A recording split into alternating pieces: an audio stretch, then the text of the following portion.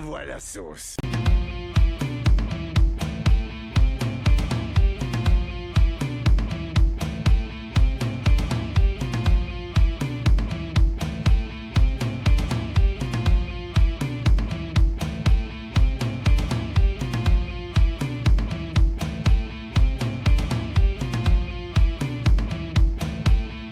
Bonjour à tous, c'est Nintendo Bros. Aujourd'hui, on se retrouve pour parler de Juré numéro 2. Et ouais, ça y est, hein, je viens de rattraper ce film.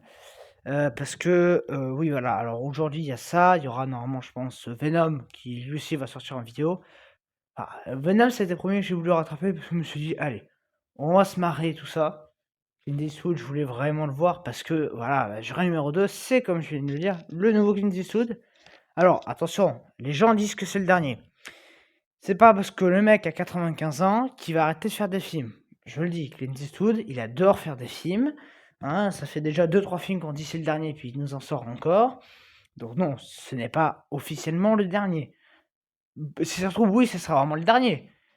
Mais bon, il y a des rumeurs qui disent qu'il est déjà en train de bosser sur un nouveau scénar. Donc, je sais pas. Donc oui, ça faisait partie des films. Alors, je l'attendais pas en début d'année parce que j'ai appris qu'il allait sortir, genre mi-octobre. Vraiment.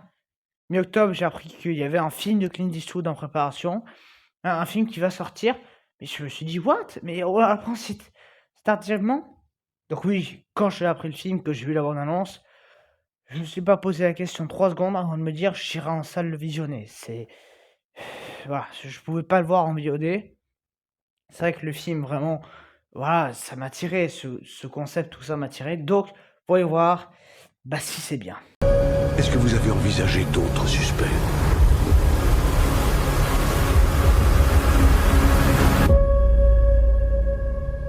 Tu sais ce que tu dois faire. Alors, Juré numéro 2. Alors, je vais pas spoiler.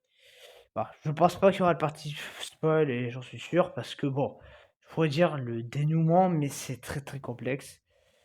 Voilà, alors déjà, je suis resté sur le cul quoi. Non mais putain, 95 ans, tu me sers un film comme ça, mec? Mais moi je reste sur le cul. C'est waouh, waouh, tout simplement. Vraiment, pendant 2 heures, je m'en suis pris plein les yeux, plein les oreilles. C'était très bien écrit, très bien filmé. Il y a des jeux de lumière, il y a des jeux surtout. Mais putain, mais merci. Vraiment, c'est pas que j'ai pas aimé Venom. Voilà, Venom, c'est un autre sujet, c'était sympa, mais quand tu vas voir Venom et qu'après tu vas voir ça, ouais, c'est pas pareil. T'as un film qui est là juste pour faire du fric et dire des conneries. L'un qui est là pour vraiment raconter quelque chose de spécial, de très particulier. Là, au moins, on est sur quelque chose de nouveau. On n'est pas là pour faire des suites, des adaptations de livres, tout ça. Même le robot sauvage que j'avais aimé. Bon, c'est pas le sujet, hein. Mais c'était une adaptation. Là, on est sur quelque chose de tout nouveau. Et alors, on va revenir truc par truc. Bon, déjà, ce scénario, ce concept de juré, enfin de ouais, un juré, de quelqu'un qui est appelé pour, juger une affaire, hein. Un juré qui, en fait, s'avère être peut-être le meurtrier, mais putain, mais c'est un truc de malade. Il y a presque aucun réal qui aurait pu faire un bon film avec. Lui, il a réussi là où plein d'autres se seraient ramassé la gueule.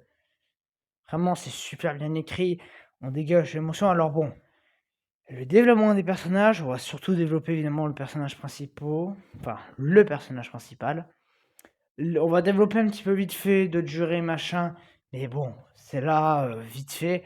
Même si c'est pas mal fait, mais c'est quand même vite fait. On n'est pas là à s'attarder sur les autres. On a un personnage principal, enfin, voilà. Là, on s'attarde, on a plein de choses. Vraiment, ça fait du bien de voir un film de procès, pas français, mais américain. Parce que oui, français, on en a plein, des films de procès.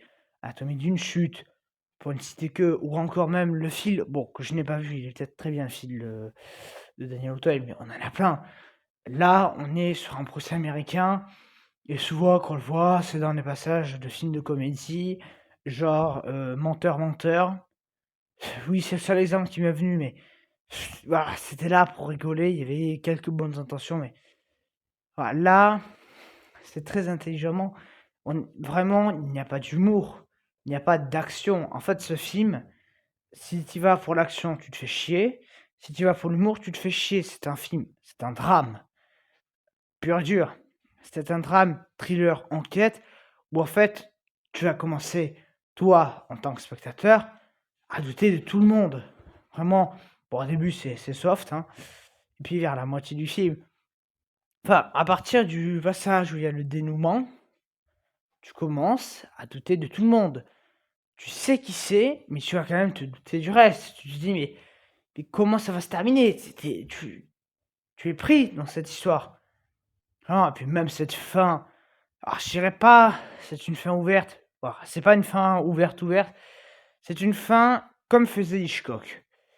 Bah, c'est pas, je spoil pas qu'est-ce qui se passe, mais c'est une fin où tu n'auras jamais de suite parce que ça, je suis sûr qu'il n'y en aura pas.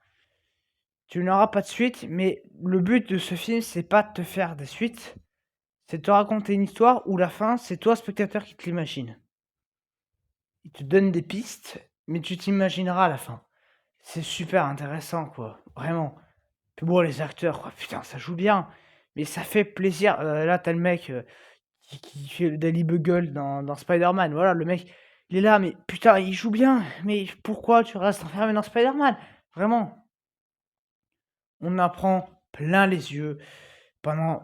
Bon, ça dure 2 heures, je dis, mais bon, c'est un petit peu moins, c'est 1h45. Tout ça, voilà. Le générique arrive et toi-même, tu sors, tu dis, mais quoi, déjà maintenant? Tu ne vois pas le temps passer, pourtant, voilà, c'est mou, hein, c'est un rythme très très papy. Après, est-ce que ça c'est nul? Non, c'est très bien écrit, mais je dis juste que si tu vas pour avoir un rythme à la Venom, tout ça, non, tu peux aller te faire foutre. Vraiment, là, on est plus sur le rythme. Papy, alors ça aussi, j'avais peur parce qu'il a 95 ans. Il me était sous, je me suis dit, bon, qu'est-ce qui va nous servir? Parce que bon, est-ce que ça va être filmé comme les vieux, c'est-à-dire un vieux plan-plan habituel, sans grande prétention? Non, alors oui, il y a du plan-plan, mais ça, c'est normal. On va faire des jeux de superposition aussi, ça, c'est très bien. Tu as un moment où on commence à faire apparaître les tu as une vision d'un truc, par exemple, parce que donc tout se passe dans un bar. Tu as une vision d'un endroit dans le bar et petit à petit, tu as les choses qui apparaissent pour revenir à un truc, enfin, pour revenir à ce qui s'est passé ce soir-là. Voilà, tu as des flashbacks qui apparaissent pas random comme ça dans l'histoire, comme ça avait été le cas dans Gardien Galaxy 3. Parce que, excusez-moi, les flashbacks de Rocket dans Gardien Galaxy 3, ça a popé comme ça de nulle part. Là, non, là, c'est bien écrit. Les flashbacks popent pas comme ça n'importe comment. Voilà. Là où c'est aussi très intelligent, c'est que tu ne verras jamais le crime en soi. Il te le suggère, là aussi. Tu ne verras jamais l'action du crime. Tu la comprends, mais tu ne la verras pas. C'est très intelligent. Tu as la vision du juré numéro 2. Vraiment, enfin, c'était génial sur tous les points. La musique, putain, mais ça aussi, t'es sur le cul. Il y a un thème et tu vas. C'est le thème qu'il fallait, quoi. Il faut pas de l'action, faut pas. C'est le thème qu'il faut. Vraiment, tout est génial. Alors, il y a qu'un truc que j'ai pas trop. C'est pas que j'ai pas aimé, mais j'ai pas compris. Au début, on essaie de te. Enfin, t'as un micro-plan sur voilà, la statuette. Enfin, vous savez, la statue qui représente la justice en Amérique, donc qui est devant les tribunaux. T'as un dessin de ça, t'as genre produit par machin, le titre, et ça y est, on passe direct. Je me suis dit, mais qu'est-ce que c'est ça, une tentative de générique loupée? Bon, j'ai pas trop compris ça, vraiment, au début du film, ça m'a un peu dérangé. Que ça, et puis voilà, il y a certains plans qu'il faut un peu faux raccord, on va pas sentir. T'as des fois, voilà, t'as un plan, ils sont en train de parler, poup, on va couper, on va foutre un plan de nuit 3 secondes, poup, on repasse un plan de jour. Tout ça pour dire qu'il y a une nuit qui est passée. Bon, tu faisais juste de mettre un petit texte à l'écran disant le lendemain et ça aurait été plus compréhensible.